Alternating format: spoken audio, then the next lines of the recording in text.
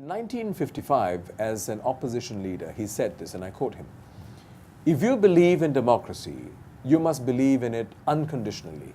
If you believe that men should be free, then they should have the right of free association, of free speech, of free publication.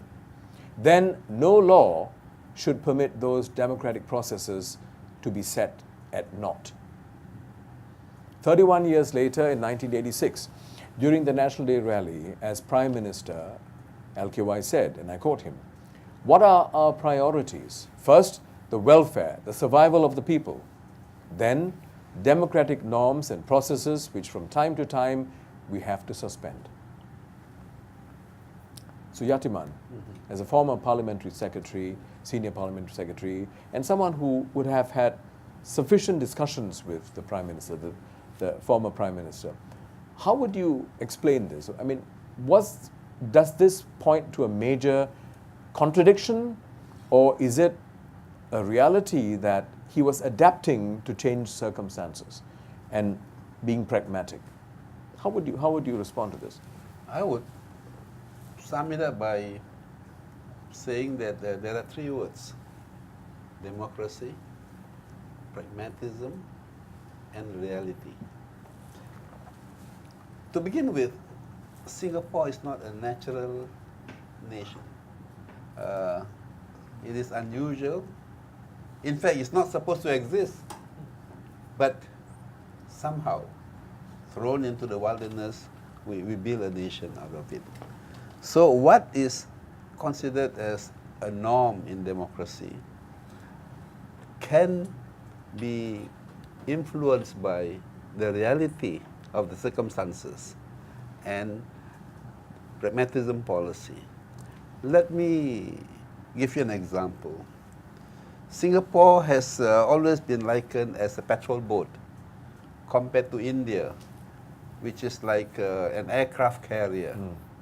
If there is a big fire in one part of the aircraft carrier, which is segmented, the whole aircraft carrier would still remain afloat and it would still be able to steer to the direction. Singapore is a pity, a patrol boat, just one hole. The whole boat will sink. This is the fundamental consideration that make people to think that democracy as applied in India, in America, in Europe, will have to be tweaked to fit into the little boat that is floating in the rough sea. So that being the situation, I think from my experience... But in 1955, we were also a little boat. In 1955, we were a little boat hoping to latch into Malaysia, which is a bigger unit with a big hinterland, creating the norms where the exercise of democracy could be done in a manner that is acceptable. But post 1965 had changed that. And I think when you talk about survival of small country, I think you have to talk about what makes the small country be able to face challenges worldwide. Okay. And this requires adjustment to the policies. So your view is that he was not shifting his view necessarily, but he was adapting to changed circumstances. Chandra, I see you looking a bit unsettled. Well, if you look at it legally, the Constitution of Singapore, we have what is known as fundamental liberties, and those that you've just mentioned about freedom of religion, freedom to form association, freedom of free speech, etc. is all entrenched in the Constitution. And if I'm not wrong, it is taken actually from India and USA. We are good at copying and adapting, and it has been done. But I think as the years went, modifications have taken place. So there's freedom, however. So you find, like, if you want to go to speaker's corner and things like that, you have certain restrictions, So I think democracy, yes, but not in the true sense of the word. It's modified democracy to adapt to local circumstances.